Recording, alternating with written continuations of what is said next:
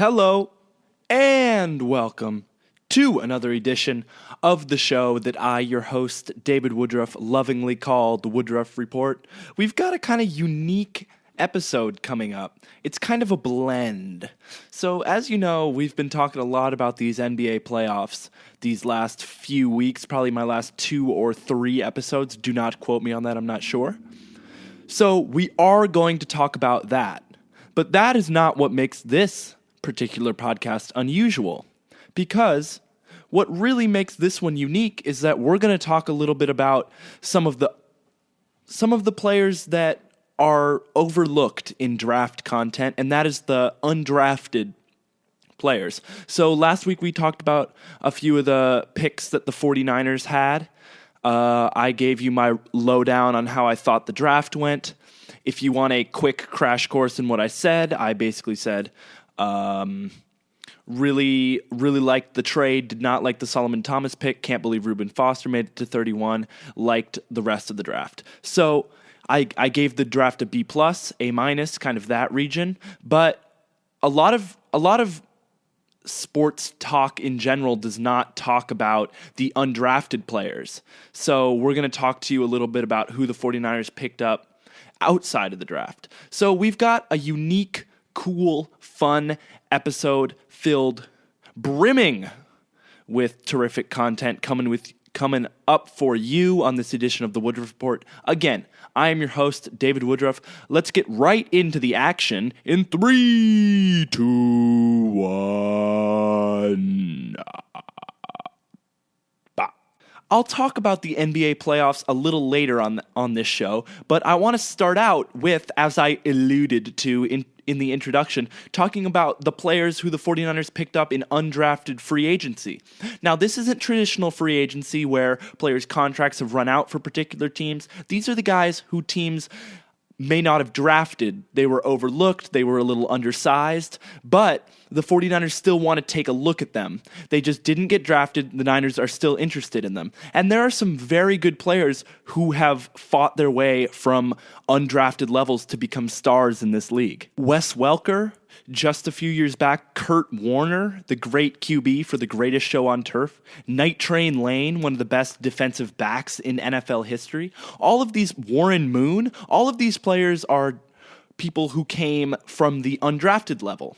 So let's get to meet some of these picks that the 49ers got in undrafted free agency. And the first one is a tight end out of Louisville by the name of Cole Hikutini. So I watched all these undrafted guys film, and so I'll kind of tell you what I saw. So Hikutini is a very athletic tight end. He's going to be a player who you're not going to get a lot of blocking from, but he's a big wide receiver in that he's very shifty with the ball. He has good speed, not insane top end speed, but he's fast, big body, good hands, and he played against good competition last year. I mean, he played for Louisville, so there is footage of him against Clemson, Florida State, some of the top programs in the nation, and I'll talk about this a little bit later, but that's a problem with many of these lower division players who are picked up in undrafted free agency. But he has proven himself against the best competition. He's athletic. He can split out, kind of do a Gronkowski-like matchup issue thing where he can split up in maybe like a trio set to the right. He can play as a stand-up wide receiver. He's smaller for a tight end, but again, as I stated before, he's big for a wide receiver. He's kind of a tweener. So he's going to be kind of an interesting pass-catching option, and it'll be interesting to see if the 49ers try to get him bulk up, maybe become a traditional tight end, or if they're going to embrace just the large receiver matchup problem. Maybe he'll be more of a red zone threat. He'll come in as a guy that is an automatic option to throw a fade to, say, if a corner is matched up on him, because there are players in the NFL who are just red zone target matchup problems like that. But Cole Hikutini, tight end out of Louisville, guy to watch. Another very interesting pickup that the 49ers got was Nick Mullins, a quarterback out of Southern Mississippi. He threw for almost 12,000 yards in college. Granted, it was in Conference USA, but this guy has a live arm. If you watch his tape, you'll find tape from his 2015 season. That was probably his best season at Southern Miss, but he led them to become a team that was ranked almost in the AP top 25. They were kind of a best of the rest Houston Cougars-like team. Experts were seeing them as maybe one of those New Year's Six teams from a non-Power 5 conference. So Nick Mullins led this team to great heights, and he has, as I said before, he has a live arm. He can make all the throws. He has a tight spiral. He did have the advantage of playing against weaker competition, and he also had some very speedy, shifty wide receivers and big targets to throw to, but there is not the cliche, there is not a throw on the field that this man can't make. He looks good in the pocket. He does tend to stare down one side of the field in that I haven't seen many clips of him doing cross-field throws, like looking to the right, seeing that his main target's not open, then looking to the left and finding maybe a check down. But that is probably because the only footage you can really get of him is his highlight tape where he's making that deep 50-yard throw. But he looks comfortable in the pocket. He has good feet. He's kind of quick. He can roll out, and his arm is his best asset. So we'll see if Nick Mullins can compete for a roster job, maybe be that third or fourth option. And with the strange quarterback situation that the 49ers have right now, who knows what could happen in the future for Mullins. Now, I'm not going to go into depth on the full list of 49ers undrafted free agents, but I do want to talk in depth about a few more. One of them is a certain defensive back out of St. Francis College. Yes, you've probably never heard of them. I never had before I saw this guy. His name is Lorenzo Jerome, and he is just, I love this kid. I mean, you watch his highlight tape and he's pointing, barking at wide receivers, talking about he's going to shut him down. He's trash talking. He's hyped. He's making huge hits. He's running to the sideline, clapping his hands. He's clapping his hands in the face of opposition. And I think that this guy has the attitude to make a team as an undrafted player. When you're undrafted, you've got to go into the mindset, I'm just as good, I can compete. And he looks like he just doesn't back down from anybody. He's undersized, but again, he's a gamer. He comes in, he makes big hits, he gets interceptions. If you look on his highlight tape, he makes about 3 interceptions when the opposing team has the ball within the 5-yard line. Their 5-yard line. So he makes interceptions in clutch times. He has good instincts, and he's also a kick returner and has good instincts when the ball does go into his hands off an interception. He can run, he can make plays. He's one of those guys that'll reverse field 4 times to pick up maybe an additional like 5 yards.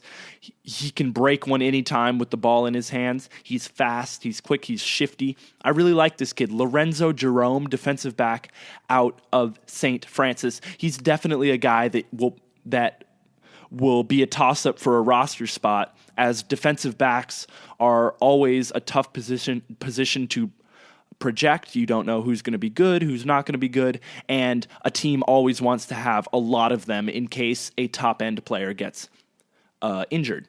So Lorenzo Jerome, certainly someone to keep your eye on. I want to go in depth on 2 more players in the 49ers undrafted class. One is wide receiver KD Cannon out of Baylor. This guy was an explosive target of Seth Russell, and he was on that 2015 team that was ranked number 2, one of the best teams in the nation for a while. He's explosive. He's one of the most explosive players in the nation, and he is sort of a boomer bust kind of player. A lot of the balls that he catches end up being 60-yard touchdowns. You don't see a lot of him catching like 10-yard ins and getting tackled. He is fast. That is his best asset. He runs deep routes really well. He tracks the ball well in the air, and he's very explosive when he makes the catch. He will probably score if he's past the safeties. If he gets that deep ball, he is more than likely going to be walking in the end zone celebrating with his teammates. He's also a very good screen option. Baylor used him a lot for just dumping off a short pass, setting up a screen for him. He'd do the rest. He'd break tackles, shift. He is a playmaker with the ball in his hands. And at Baylor, they tried to get the ball in his hands in a variety of ways, and that's the way he'll thrive on this 49ers team. In my opinion, there is definitely a roster spot available for him because the Niners have a dearth of wide receivers. They do not have anyone really who can be called a number one target or someone who is a super dangerous option. With the departure of Torrey Smith, the 49ers no longer have a deep threat option. KD Cannon can more than fit this role, as not only is he a deep option, but he's a short screen option who can make plays on the edge. So KD Cannon is certainly one of the top-rated undrafted free agents and someone who can make an immediate impact for this Niner team who really needs explosive players such as him. Finally, last but certainly not least, I want to talk about another explosive receiver, and that is Victor Bolden out of Oregon State. And if you thought KD Cannon was explosive, you've got to look at this guy. He is incredible. He has kick returning speed. He can break tackles. He's done it against some of the best competition in the nation, against Oregon, Washington, Stanford, USC. He's played those top-level programs year in and year out, and he has played against NFL talent and thrived. He can do everything in that you can give him the ball in a jet sweep, he'll take it for a 90-yard touchdown. You kick the ball to him in the back of the end zone, he'll take it for an 109-yard touchdown. You want to throw the ball deep to him, he'll go up, moss a bigger defender, stay on his feet, score a touchdown.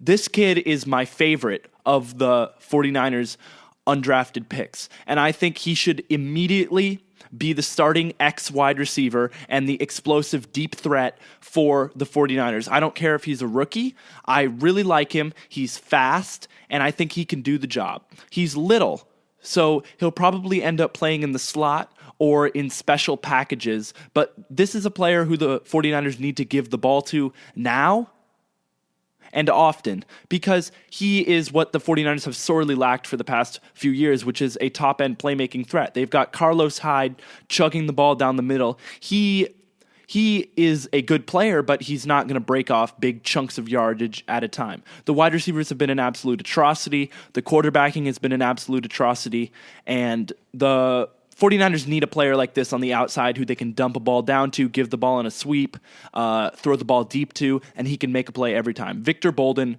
wide receiver, Oregon State, difference maker. I love him. My favorite of the undrafted class. Other notes from the undrafted class, the 49ers picked up 3 offensive tackles or offensive linemen, headlined by Eric Magnuson of the University of Michigan. So they shored up some O-line. They didn't really shore up because these aren't top-level talents, but they got some reinforcements for an O-line that has been god-awful in these last few years. So let's shift to the NBA. And as I've talked about on the last few episodes, we are in the Eastern/Western Conference Semifinals. Only 8 teams remaining in the entire NBA playoff race, and these races are getting contested. The teams don't like each other. It's getting physical. Or in the case of the Warriors, they're just stomping everybody. So let's start in the East with what's been the craziest series so far, the Wizards-Celtics. And these are the 2 teams who many experts predict are the only threat to knock off the Cavaliers. The Raptors do not have much of a chance. We'll talk about the Cavs-Raptors series later, but it's been very one-sided.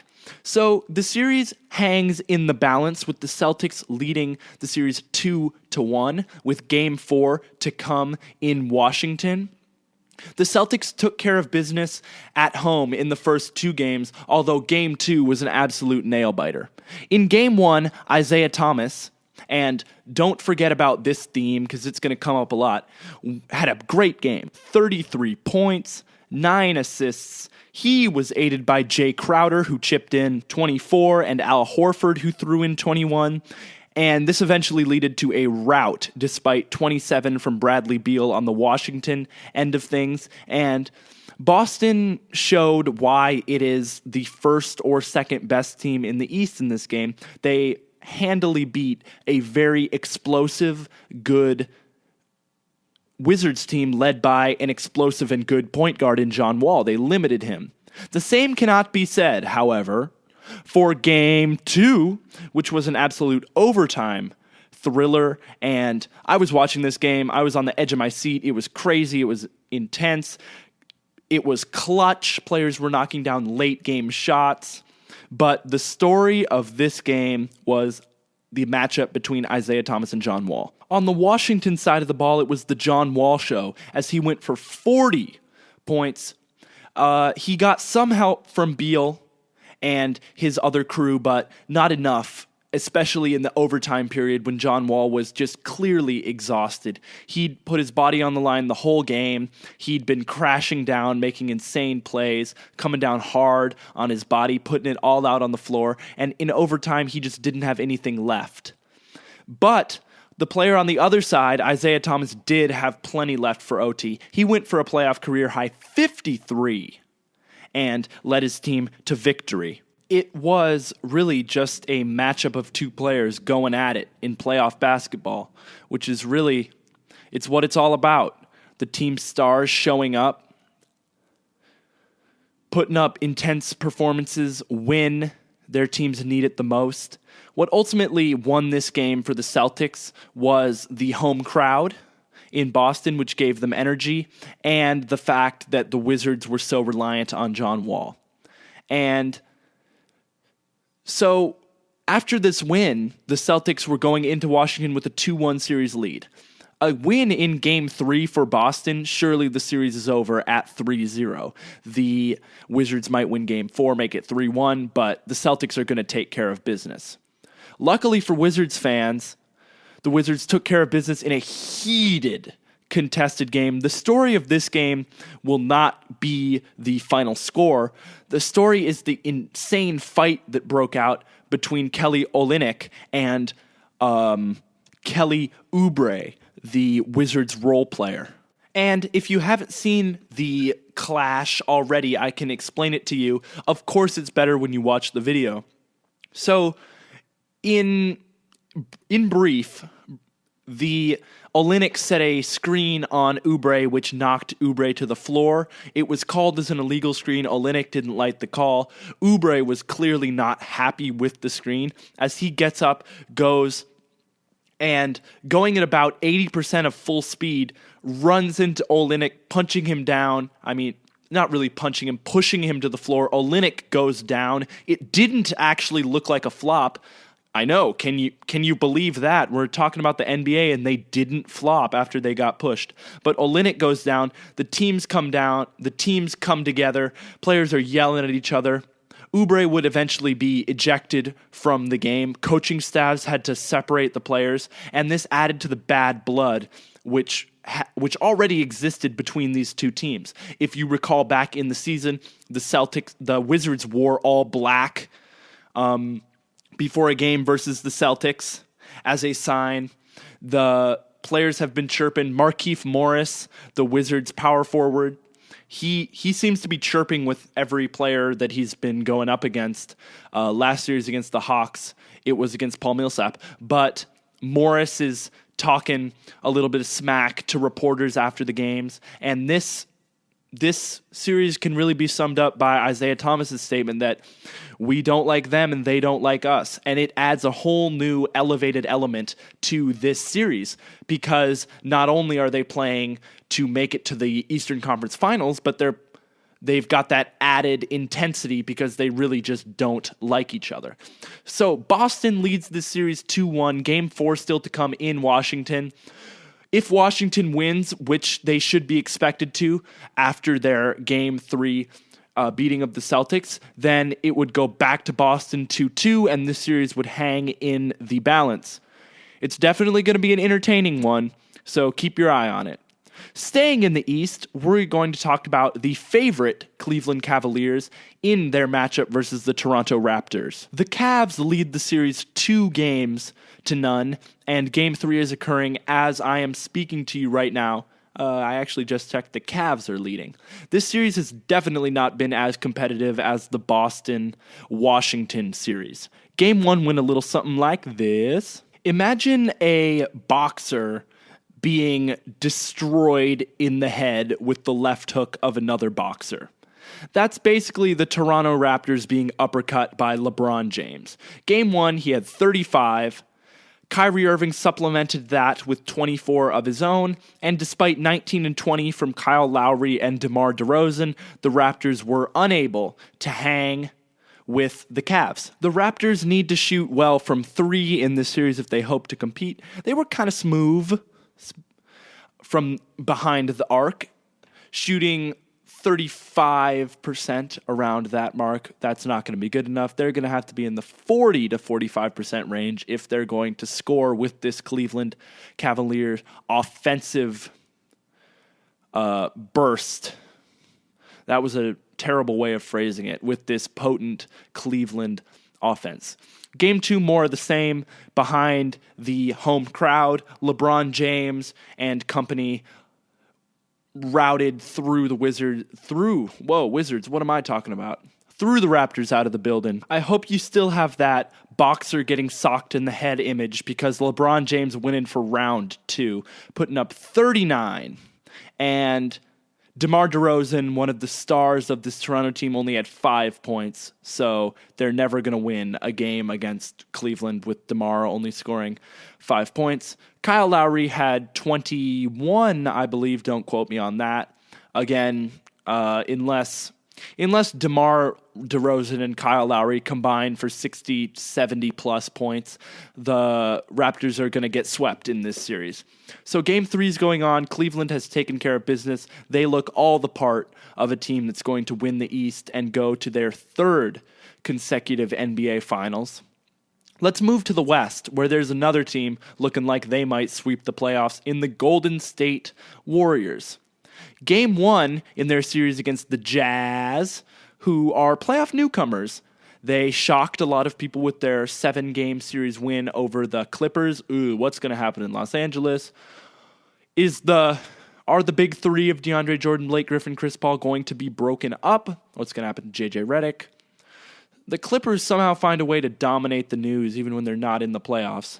As usual, eliminated in the first round. They didn't do their customary second round exit that they usually do. Anyway, we're talking about the Jazz and Warriors, and the Warriors took care of business. They never trailed in Game 1. They were up double digits early, and they seem to be clicking on all cylinders. For the Jazz, Gordon Hayward only had 12 points. Gobert had 11. Rodney Hood put in 14. They kind of got baskets from all over, but a lot of those were semi-garbage time minutes as the Warriors had taken care of business pretty early in this game. They led by 11 at halftime. The big 4 for Golden State really showed up. Kevin Durant and Draymond Green both scored 17. Steph Curry had 22. Klay Thompson had 15. It was almost pathetic to watch the Jazz in the first quarter just trying to keep up with all these scoring options. When the Warriors are making shots and Draymond Green is draining threes from the outside, there's actually no possible way to guard them, because if you get close to them on the three-point line, they'll dribble past you. They have 4 players who can dribble the ball and drive and get to the hole very well, above average. Maybe Draymond Green's driving to the hoop is not above average, but certainly with Klay Thompson, Kevin Durant, and Steph Curry, if you give them any space, they'll pull the trigger and knock down a shot. And, of course, you've got the free-flowing, beautiful Warriors offense that many people have come to love with screens, movement. They're just impossible to guard when they're clicking on all cylinders, and the Jazz found out the hard way in Game 1. Were they going to learn any lessons for Game 2? The answer was no, as the Warriors again stormed out to a quick lead. The Warriors led by 18 after the first quarter of this one. Kevin Durant had 25. Draymond Green, again, he's become a scoring option in these semifinals, had 21. Steph Curry had 23, and Klay had 14.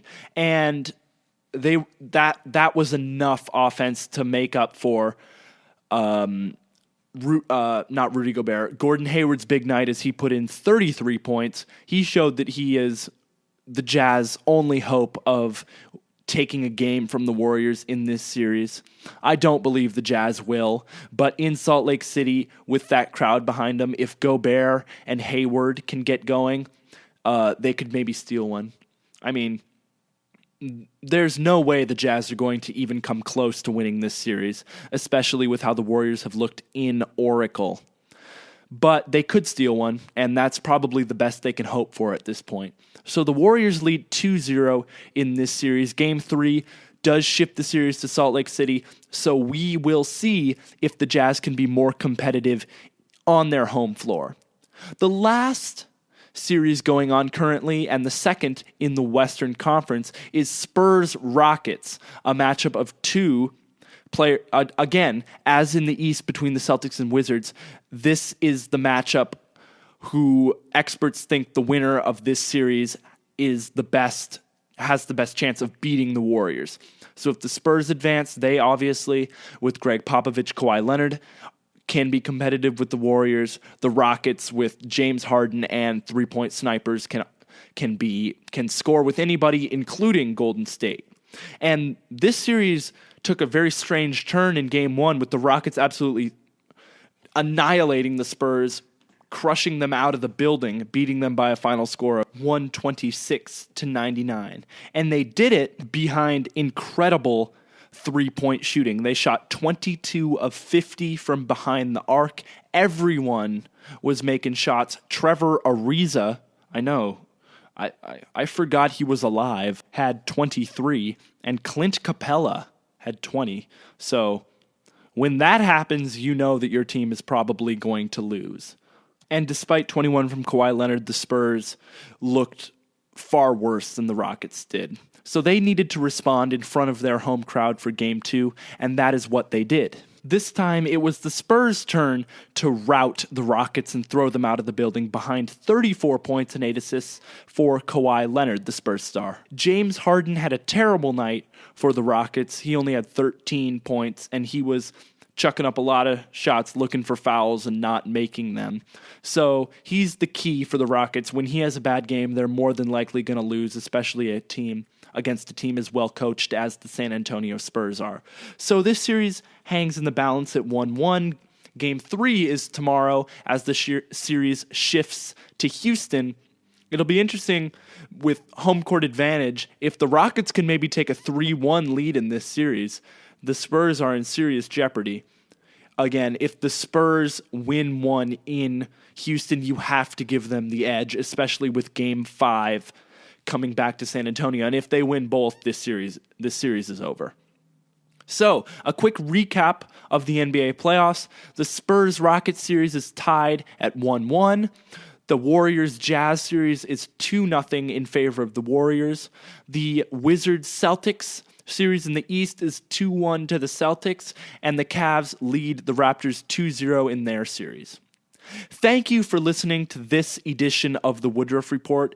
Today on the podcast, we talked about a few of the undrafted free agents that the 49ers picked up after the draft. We followed that up by talking about the NBA playoffs and where we were at in the Eastern/Western Conference Finals. It's been fun for me. I hope it was good to listen to. We'll be back next week with the best and latest in sports content. This has been the Woodruff Report. I'm your host, David Woodruff. Thanks for listening and tuning in.